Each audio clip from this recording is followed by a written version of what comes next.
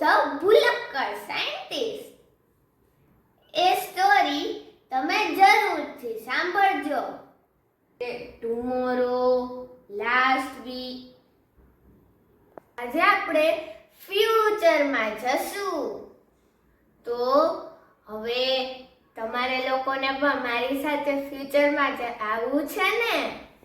ચાલો, પણ પહેલા તમારે મારો એક ક્વેશ્ચનનો આન્સર આપવાનો છે કે તમારે બધાને મોટા થઈને શું બનવું છે. Let's start. Welcome to my channel smart steps with Heer. આજે આપણે સિમ્પલ ફ્યુચર ટેન્સ ભણીશું. હવે આપણે સિમ્પલ ફ્યુચર ટેન્સની ડેફિનેશન જોઈએ. તો ડેફિનેશન છે, simple future tense tells us about something that will happen in the future. એટલે કે સિમ્પલ ફ્યુચર ટેન્સ આપણને એ વાત વિશે જણાવે છે જે ભવિષ્યમાં થવાની છે. હજી સુધી એ કામ થયું નથી. હવે સિમ્પલ ફ્યુચર ટેન્સ નું સેન્ટેન્સ આવે તો આપણે કઈ રીતે ઓળખશું? તો આ બધા words tomorrow, next week, next year, someday, later, એવા બધા વર્ડ્સ હોય તો આપણે એમ સમજવાનું કે આ સેન્ટેન્સ સિમ્પલ ફ્યુચર ટેન્સ નું સેન્ટેન્સ છે. હવે આપણે એક એક્ઝામ્પલ જોઈએ. મોટુ will dance tomorrow. મોટુ કાલે ડાન્સ કરશે. અને second example, we will go to the park. અમે પાર્કમાં જઈશું. અને હા, આ will અને shall છે ને, એ બંને ફ્યુચર ટેન્સના વર્બ છે. જેમ પ્રેઝન્ટ ટેન્સનું am is are, past tense નું was were, એમ future tense નું shall will. તો હવે આપણે જોઈએ કે સિમ્પલ ફ્યુચર ટેન્સ ક્યારે યુઝ કરવું. તો તેના મેઇન 4 પાર્ટ છે. તે 4 પાર્ટ્સ આપણે જોઈએ. First part, decisions made on the moment. એટલે કે ત્યારે ને ત્યારે ડિસિઝન લેવું. Let's see one example. I am hungry. I will make noodles. Second, use જોઈએ. Predictions of the future. Future વિશે આપણે કઈ વાત કરીએ તે.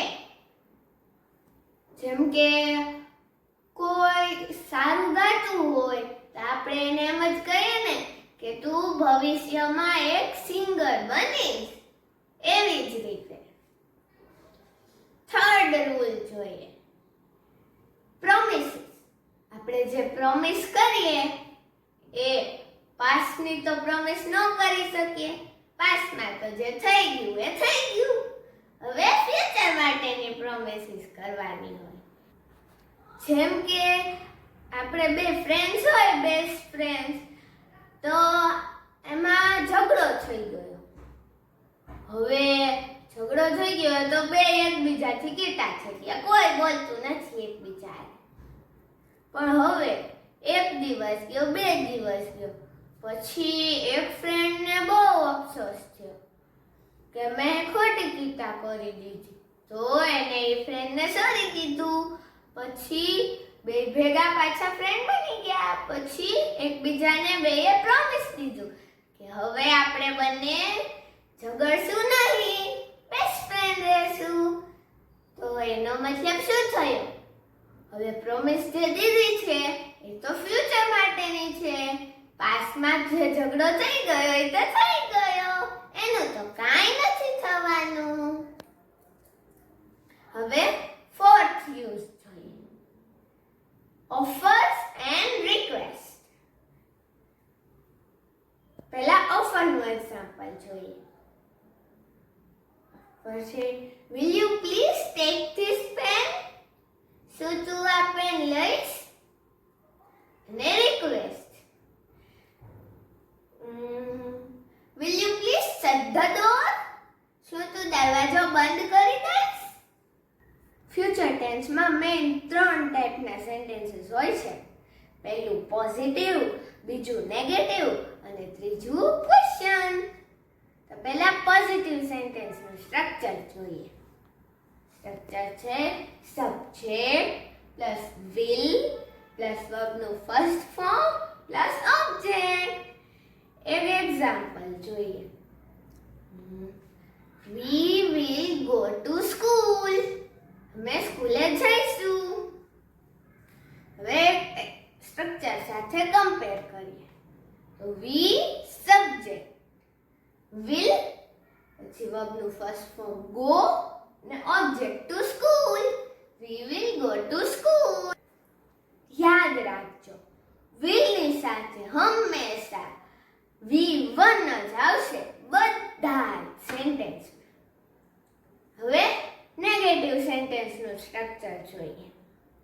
સ્ટ્રક્ચર છે subject plus will not plus વર્બનું ફર્સ્ટ ફોર્મ પ્લસ ઓબ્જેક્ટ. એનું પણ એક એક્ઝામ્પલ જોઈએ.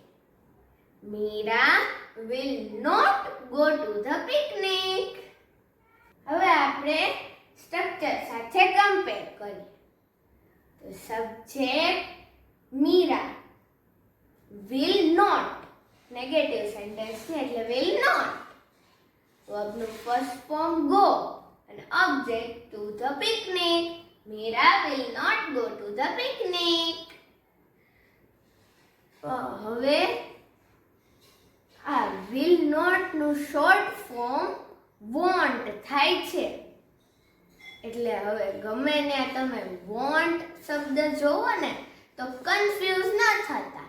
એનો મતલબ will not જ થાય. હવે ક્વેશ્ચન સેન્ટેન્સનો સ્ટ્રક્ચર જોઈએ. તો સ્ટ્રક્ચર છે will પ્લસ સબ્જેક્ટ પ્લસ વર્બનું ફર્સ્ટ ફોર્મ પ્લસ ઓબ્જેક્ટ. હવે એક એક્ઝામ્પલ જોઈએ.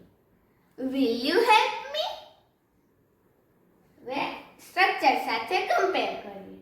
પહેલા will પછી સબ્જેક્ટ you વર્બનું ફર્સ્ટ ફોર્મ help અને object me. will you help me? શું તમે મારી હેલ્પ કરશો? પછી ક્વેશ્ચન માર્ક. તો હવે હું મારા નેક્સ્ટ વિડિયોમાં એક સ્ટોરી કરીશ. ચીકુ ધ ભૂલક્કડ સાયન્ટિસ્ટ. એ સ્ટોરી તમે જરૂરથી સાંભળજો.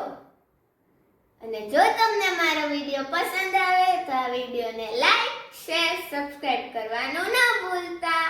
મળશું મારા નેક્સ્ટ વિડિયોમાં.